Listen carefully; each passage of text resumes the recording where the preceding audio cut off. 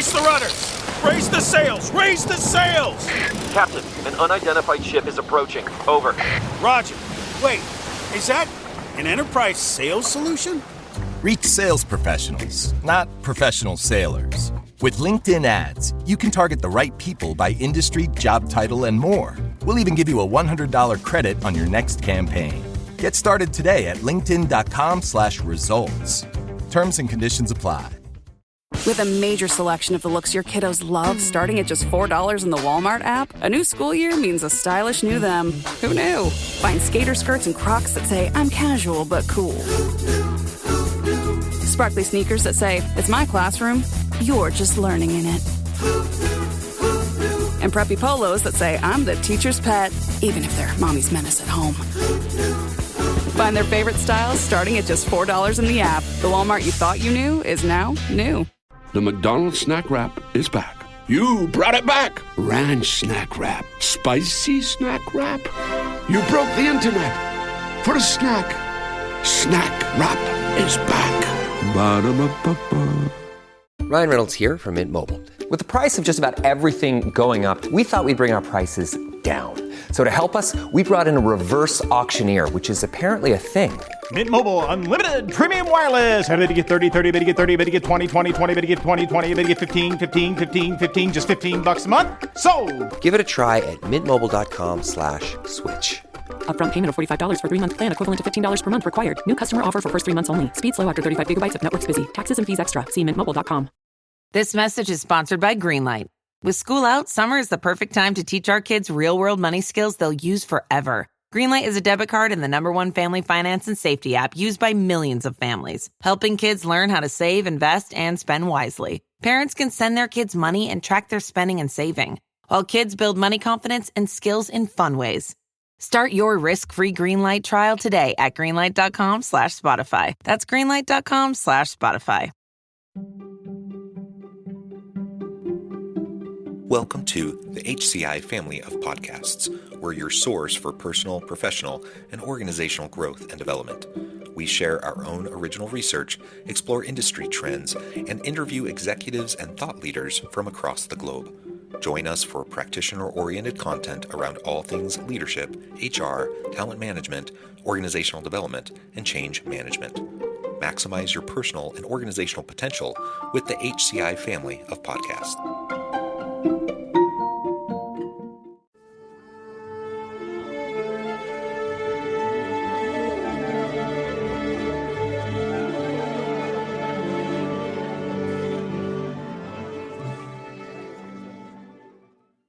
Kara North, welcome to the conversation today. Thank you for having me. I'm so excited to be here. It is great to have you back on the podcast. I'm joined by Angela Schill, who's co-hosting this with me. And today, Kara is joining us on International Women's Day. And we're going to be talking about how to support other women within our professional sphere, to be an ally, to be an advocate, and how we can help others have increased opportunities. As we get started, I wanted to share Kara's bio with everybody. Kara North is a native of Orem, Utah, and obtained her BS in business management from UVU in 2007. She then graduated from the S.J. Quinney College of Law at the University of Utah in 2010 with her Juris Doctorate. She began her legal career with a large insurance defense firm in Las Vegas, Nevada, and after returning to Utah, she began practicing law in Utah County with a practice primarily focused on plaintiffs' personal injury litigation, criminal defense, and adoption. Now, I could go on. There's so many really cool things, including being named Utah BusinessQ Magazine's 40 under 40, lots of really great accolades. But Kara, I'm going to pause there. Anything else you would like to highlight from your own personal, professional background or personal context before we dive on into the broader conversation? Sure. I'd just like to update that, like right now, I'm a partner at Moxie Law Group, which is a personal injury firm in Pleasant Grove, Utah. And we are actually the first completely female founded personal injury firm where both partners are women, and really looking to help all clients, but particularly women, navigate the space of personal injury. If you look at the billboards up and down I-15, they're very male dominated. And sometimes that can feel intimidating if you're a woman who's been injured and you don't know where to turn. So we're hoping to create a space specifically where women can feel comfortable getting answers to their legal questions about their injuries. You saying that, I start realizing how I need to be a little bit more aware of what's going on around me. Those billboards are male dominated for sure. Yeah. And Kara, you've done so much to represent women and support women. I think it's fantastic that on International Women's Day, here we are and with you. And there are a couple of other things you've been the Women's Caucus Chair for Utah Association for Justice, the 4th District Chair for Women's Lawyers of Utah, the President of the Central Utah Bar Association, again, representing women. These are amazing accolades. Oh, thanks. And top 25 women trial lawyers. There's so much. And all of the state of Utah, sure. In the state of Utah. Yeah. All of this is just in a largely male-dominated profession. And my question to you is, do you feel like we have a right to expect other women to champion and support what you're doing? I champion and support what you're doing. But just because you're in a male-dominated space, what are your thoughts on that? Yeah, I kind of feel like I'm a little bit both ways on this. Like, I don't necessarily know that we have a right to demand it or expect it. But do I think it would be really great if we could do it? We absolutely should, because specifically talking about my practice field. Starting a business can seem like a daunting task, unless you have a partner like Shopify. They have the tools you need to start and grow your business. From designing a website to marketing to selling and beyond, Shopify can help with everything you need. There's a reason millions of companies like Mattel, Heinz, and Allbirds continue to trust and use them. With Shopify on your side, turn your big business idea into... Sign up for your $1 per month trial at shopify.com/special offer. The amount of women who do personal injury law in the state of Utah, I can tell you there's 54 women doing that. And there are over 12,000 attorneys in the state of Utah. So that means there are less than 1% of the Utah State Bar attorneys who are licensed in the state who are doing the type of law that I'm doing, right? And the 54 of us, we get together and we try to champion each other up and support each other and come up with strategies for how we can be better at representing our clients and helping them get the results that they deserve. And having that kind of sisterhood has made a huge difference for all of us in each of our practices. And so I don't necessarily think that just because I'm a woman or just because you're a woman, we have to help each other. But I think when we do, it kind of it creates a multiplying effect. It's, you know, 1 times 1 is no longer just 1 anymore. We get this multiplier that goes out, and we can really create a bigger positive impact when we choose to support other women in this space. And I think that that's an important thing that we should look for opportunities to do to support other women. That's such great insight. Listening to you talk, I'm thinking about these opportunities that I've had, partly of being engaged with Women in Business Impact Lab at UVU and pulling in people from the community for some of the events that we do and talking to people like you. I have been amazed to see the amount of support that's come from those interactions from both sides, from men and women. John's been a great ally and champion of these causes as well. It's been huge. It's been a huge shift in how I feel where I fit and belong. So when you talk about creating that sisterhood, that must be really powerful. And then what I feel is I want other people to be able to step into that space and maybe they have felt like that's not a possibility to do what you do or any of their dreams and pursuits.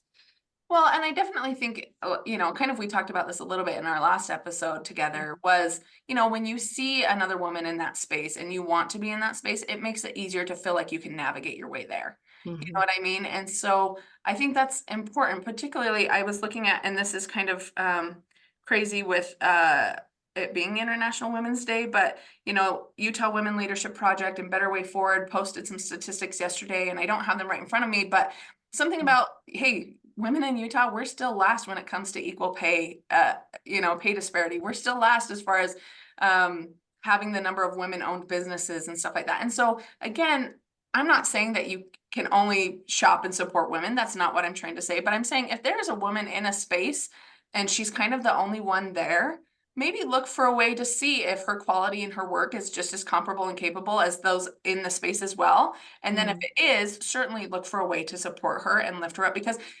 when we see those statistics, it demonstrates that, like, we're not going to get handed a seat at the table. We're not going to get handed anything, and that's okay. But the only way that this is going to change and bring women into a space of equal footing within the state is if we as women say this is important and it matters and it's worth doing.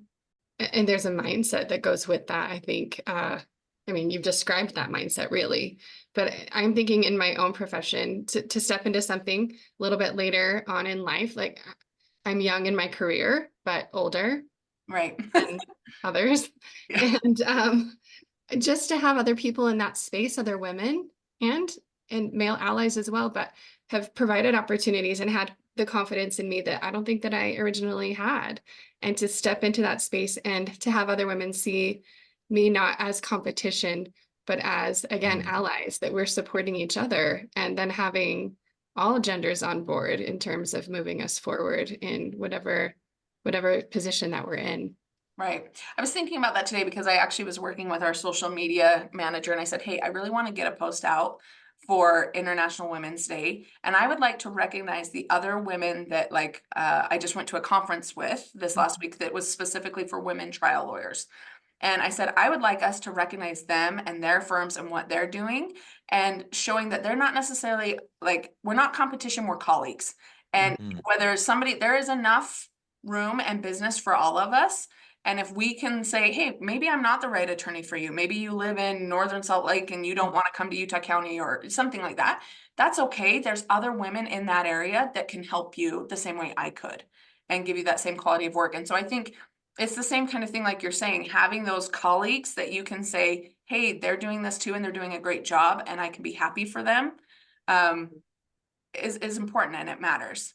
I was raised with a very musical family and a musical background, and we would always joke in our family that musicians have a hard time being happy for other musicians. And I think there is some truth to that, but I think that women in the workplace should not be one of those areas where we have a hard time being happy for the success of other women. And certainly our male allies are critical to helping that be heard. So that's important.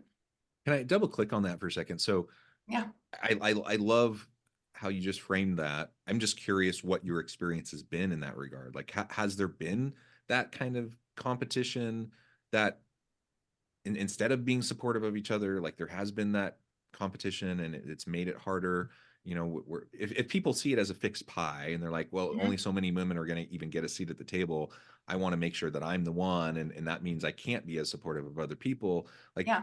What has that experience been like for you? Maybe that hasn't been your experience at all. I have had that experience, unfortunately, in the last couple of years. I worked with somebody who specifically made the comment. It was another woman, you know, and I had kind of shared, I was vulnerable, and I shared some of the hard experiences that I've had as being a woman in this very heavily male dominated space. And, you know, like when I walk into the room, most people assume I'm the court reporter for a deposition, or I'm the paralegal. And not to knock people in those positions, they're very important to our job. But that's frustrating that when I walk into the room, that simply because of my gender, I'm not expected to be the attorney. Right. And so I was sharing some of the examples of situations that I've had like that, where I've had to correct the judge that, no, Your Honor, I'm not my client's mother. I'm their counsel, you know, in court. And, and this woman said to me, well, I just think we're different because I'm not looking to be offended simply because I'm a woman. And that really hurt. That really stung me, because I was like, wow, that's not at all what I'm trying to say my experience is.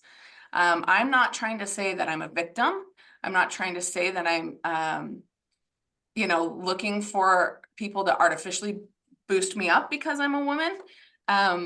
But it was really disappointing to see another woman who I was sharing my open and honest experiences with minimize it and act like it didn't matter or wasn't real because she hadn't experienced it. Completely invalidating, really. Yeah, right. And so I'm glad for her that she hasn't experienced that, because it's not fun. It's not pleasant feeling like you're lesser than simply because of your gender.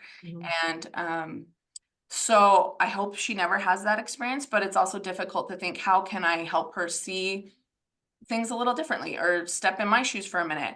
And I don't know that I ever can, you know? And so it's tricky. It's one of those things where it's like, I want to make sure that she doesn't have those experiences, but the only way to do that is for people like me to continue to break barriers and move forward. I've heard that. I've heard that from other women, that sometimes it's the women around you that are sometimes can be the hardest ones to get past when it comes to those types of attitudes. Like certainly there's plenty of sexist men around as well, and that can be a hindrance, but it's probably an extra kind of level blow if you have a female who you could see as an advocate or an ally or someone who would be a supportive person, who is invalidating, who doesn't even seem to really understand where you're coming from, or like you said, grateful that they haven't had that experience. That's wonderful. But just because one person hasn't had a bad experience doesn't mean there aren't a whole bunch of other people that have experienced the very thing that you're talking about. And so we don't want to minimize it. We don't want to discount it. And it's not just about someone choosing to be offended or anything like that. Like, no, there's like systemic issues at play here that are creating an environment that's hard for, in this case, women or whatever population we might be talking about. Is that something that either or both of you have felt at times? And if so, I'm wondering like what strategies there might be as we're trying to create a more supportive environment. Like you said, Kara, we're not trying to artificially lift up anyone. We're just trying to provide equal opportunity. Like really, if there's systemic barriers, we're trying to reduce them, or we're trying to break down the prejudices, the assumptions, the mental models that might be hindering the opportunity that might not be there as much for women. How can we move that along if sometimes the detractors are other women themselves? If I had that answer, wow. I wish. I think the only thing we can do is to continue to create an atmosphere of positivity where we do try to lift up those who want to be lifted and who are willing to go through the fire with you. And, those that choose not to see it may never see it. Those that choose not to see it may go through a difficult or horrible experience before they see it, and that would be unfortunate. But I think even if those women or those individuals do go through a horrible experience, when they come out the other side, we as the women on the other side should be there with open arms to welcome them. And I think it's important that we say, I'm so sorry you went through that, and we believe them even when maybe they didn't believe us. And I think that's the only way it's going to change going forward. Yeah, that's beautiful, honestly. And I think, because I was thinking, how do you help someone have empathy who hasn't had your experience and for whatever reason can't step into your shoes until maybe they've had that horrific happening, whatever it is. But to offer empathy to them is beautiful. And I think there's that mindset, John was talking about the fixed pie, and we're talking about maybe more of an abundance mindset. And I think just remembering when we see a colleague or someone that there might be that natural temptation to feel jealous or to feel less than, or somehow compare, to then put that spin that thought to an abundance mindset. Because that really is where 1 and 1 does not equal 2. There's this synergistic component, and it starts building. And I've seen that in my life, and I've seen it through women who have done what you've talked about, that have been there with open arms when, whether it's a tragedy or just a hardship or something's happened to shift and open the eyes of someone who maybe didn't see what now they're experiencing. Yeah. So, well, and I had, when I was in my law school program, I was clerking at a law firm. And they hired a new attorney, and it was a woman, and she was only a couple years out of law school ahead of me. And I immediately had this like feeling of jealousy. Like I was like, crap, she just got the job that I was hoping to get when I got done with school. And I hadn't met her yet. I just knew that she was coming to start working at this firm where I had been clerking. And it was so funny because she starts working there, and immediately I was like, oh my gosh, I love her. Like, she is just the most genuine person, super like hardworking, really, doing everything she can to be the best at what she was doing. And immediately like my guard came down. I was like, I can't not like her. And then also, I think, at least in our profession, the type of women that go into law have similar characteristics, similar histories, backgrounds. And it was almost like we were the same person, you know, and it was creepy. Like, we both did our undergrad at UVU. We both had the middle name Lynn. We both played sports, like all these weird things. But it was like, as soon as that guard came down, I was happy for her. And I realized that if she did well there, that could bode well for me. And we did end up working there together. There was room for both of us. And she's still someone I consider one of my best friends, one of the top attorneys I know, somebody I would still go to if, you know, I needed help in that particular area of law. And so I think it's just even taking that moment to check ourselves, because sometimes it's easy to get jealous and see somebody else doing something you wish you were. And just taking a moment to check yourself and realize there is room for everyone. A rising tide lifts all boats. And if they are breaking barriers, that means it's easier for you to come through and maybe break a barrier beyond them. And so it's been a progressive process for me to learn to shift and recognize that there is room for everyone at the table. I just have this vision. I love that rising tide lifts all boats. And I also see like this imagery of blazing trails and bushwhacking and just, and also the polishing that comes with, as you say, it's kind of a work in progress. And maybe we've already covered this, but what are some of the things that we all could be doing more of to support one another? I know we've talked about the mind shift and kind of seeing things from a different frame, a supportive frame, but are there any specifics that you would recommend that we can support one another? Well, I would say that particularly with like most women-owned businesses are small businesses, right? And in this day and age, the biggest thing that you can do is share their social, you know, sing their praises on your own social, those kinds of things. And so that's why when I talked to my social media guy today, I was like, hey, let's do a post about recognizing those other women. Yes, some of them are in our same space of business. Some of them aren't. But you know what? There's got to be more, like, the more business they're getting, the more business we're going to get, and it's all going to help. It's that, you know, same mindset. So I think the biggest thing right now would be sharing their socials, singing their praises, and then looking to refer people to them or patronize their business yourself. And those are things that I think we can all do. And it's not necessarily that hard. If we're going to go shop at a local store for something anyway, look for one in your space, look for one that, you know, so-and-so owns or their friend owns, or, you know, and it's not hard to take 2 minutes out of your day to go support them in that space and recognize that they, what they're doing is valid and unique and deserves to be acknowledged.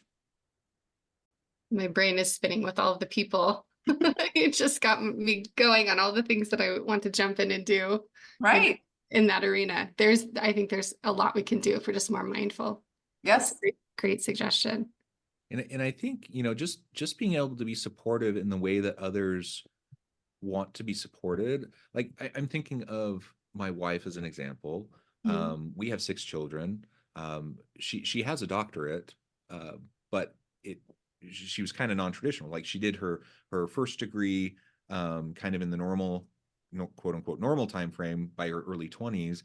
Then we're married, we started having children. A little bit later, she goes back and gets her master's degree. A little bit later, then she goes back and gets her doctorate. And she's felt it both ways. Like when she was early in her career, she was going to be a teacher, and she chose to then stay at home. She teaches math, and the amount of kind of pressure that she got from people to go into her career when she wanted to be an at-home mom was a lot, and it was very, very frustrating to her, and so she didn't feel validated. And then later on, when she wanted to make a transition and go back into the workforce, and now she's a professor, you know, she felt the opposite, you know, like people kind of judging, why aren't you at home with the kids? And so she felt it from both sides. And, you know, the whole time I'm just thinking, well, as a husband, I want to be as supportive as I can for whatever decision she's making. We don't need to be judging other people for the decisions that they're making. And if someone chooses to be home, that's wonderful. If someone's choosing to not be home and pursue a career, that's wonderful. And each individual's circumstances are so different, their life stage, their career stage. There's a whole slew of things going on behind the scenes that none of us know about that are feeding into why they're making the decision that they're making. And so, like, if we can just learn to be supportive of someone where they're at and what they're choosing now, and then realizing maybe that'll change, you know, 5 years, 10 years from now, and they'll be doing something else, and then we can be supportive of them in that. Yeah, I love that. Yes, when I graduated from law school, the first thing people said is like, oh, okay, so when are you having kids? You know, and it was kind of like this pressure to like have a family, you know, right away. And my husband and I were married for 10 years before we had our son. And part of that was because I wanted to get better at my job before I navigated whatever that next step looked like, right? And there were some people that were really supportive and some people that thought, what are you doing? Why aren't you having children already? And questions that were crossing boundaries with respect to personal information, you know.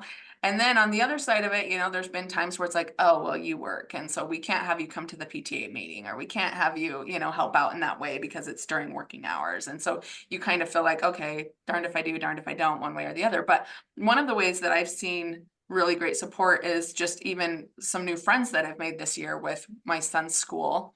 And there's one mom in particular that's like, hey, if you need to stay late at work today, we'd love to have your son over and have him come play and all that kind of stuff. And she never makes me feel guilty about it if I'm later picking him up than I mean to or whatever. She's just very like, hey, I'm here for you and whatever that looks like.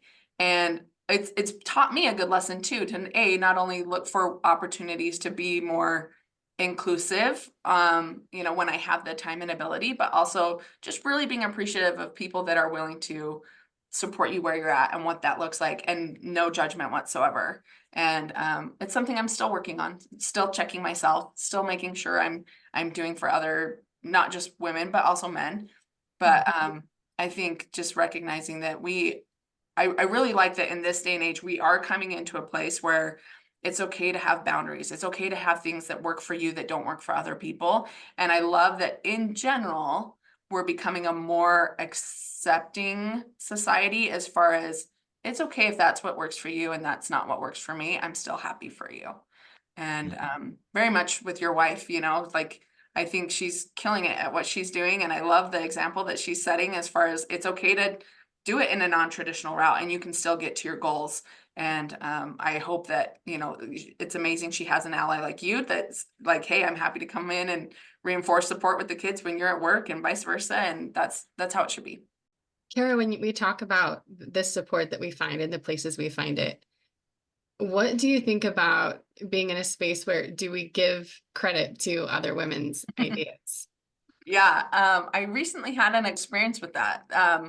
I was asked to present at a lawyers conference this week, and I was nervous. I wasn't sure what to say, and even up till last weekend, I was still kind of spinning my wheels. What am I going to say on this particular topic? I was assigned a topic about a specific rule in the law that we as attorneys can and should use, and to benefit our clients. And I was stuck. I just was not sure. And luckily I was at this women's conference this last weekend and I said, hey, ladies, can you help me? Like, how would you use this rule in your cases and how's it been used against you? And what do you do with all of it? And we roundtabled it for like an hour over dinner and they all gave me great ideas. And by the end of the thing, I had my presentation pretty much put together. And I said, great, this is so amazing. I'm going to make sure to, you know, acknowledge you and you and you.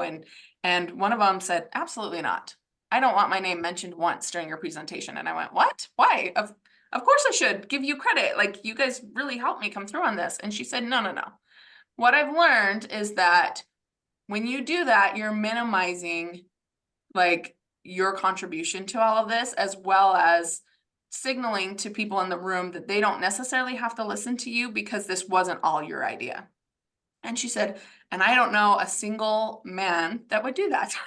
and I'm not sure that that's true, right? There are men that give credit where credit is due, but it just was really interesting to me and eye-opening to me because my default is always try to be gracious, try to show recognition and appreciation for other people that have helped me along the way.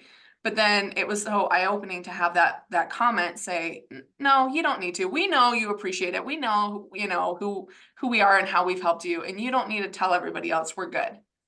And I just thought that was really interesting. And perhaps that varies from group to group. Perhaps you do have a group of friends that really wants you to acknowledge them in some certain way if they've helped you. And that's great. But if there's not, if they're saying no, just run with it and you take credit for it and you do you, I think that's an incredible way to proceed as well. That really helped me feel a lot of confidence going into my presentation this week and feeling like I could take ownership of what I was presenting and I didn't have to discount my contribution to it. That speaks to me because, in a position where we're doing research, we're working with other colleagues and we're trying to, determine sometimes even in authorship how do you determine authorship and how do you decide who goes first, second, and third? And I have been I've just been I've learned, it's been like a masterclass to see other women who have gone before me who show me this is how we do this and this is how we support each other. And it's not so much about order and rank as much as that rising tide and that we're together. And so, you are the reason that discussion took place in the first place with the roundtable. It's incredible. It was a really eye-opening experience because it was one that I hadn't ever considered before. And, I don't know if I would have gotten up there and said, oh, thank you to so-and-so and so-and-so, and they really helped me and all this stuff, maybe it wouldn't have mattered at the end of the day. But, afterwards when it's done and people are saying, hey, great job, good presentation, I appreciated the points that you brought up, I think it indirectly acknowledges all the work of all the women that helped me get there too. And so I, send them private notes and thank yous and emails and, hey, I appreciate how that went. It went well. Your contribution was invaluable, and it was a good experience, but it was one that I had never considered before, that maybe there's times to give credit, but we don't always have to, particularly if it's going to come at the expense of discounting our message in a way that makes it sound like we didn't take responsibility or ownership over it. Well, very good. Kara, Angela, I note the time. I think we could continue on for forever.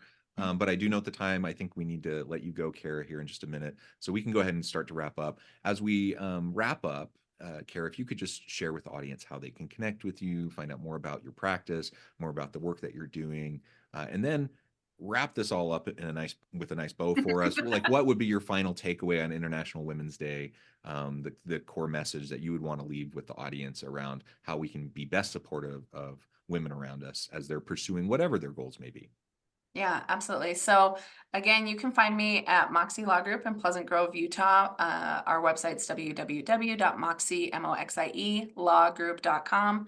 And I'm on LinkedIn under Kara North, and my email is also listed there. I'm also regularly on campus at UVU. I'm involved at the Board of Trustees, the Alumni Board, and Foundation Board. So number one, I'd always encourage everybody to get back involved with UVU, and we could run into each other that way for sure.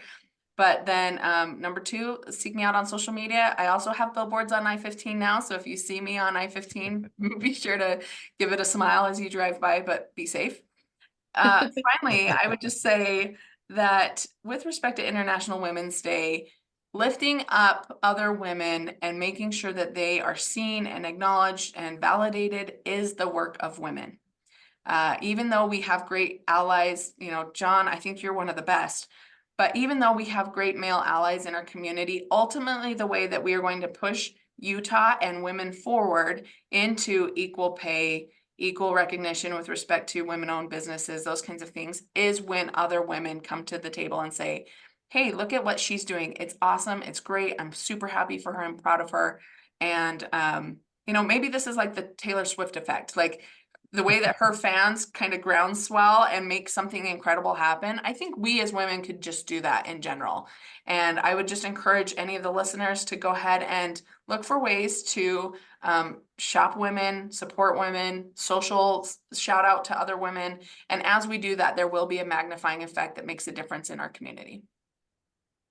Wonderful. Thank you, Kara. Thank you, Angela. It's just been a pleasure to be part of this conversation today. I encourage the audience to reach out to Kara, get connected, find out more about what she can do for you. And as always, I hope everyone can stay healthy and safe, that you can find meaning and purpose at work each and every day. And we hope you all have a great week.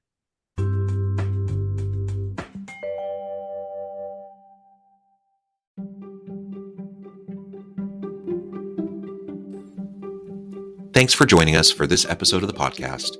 We hope you stay healthy and safe, and please join us again soon.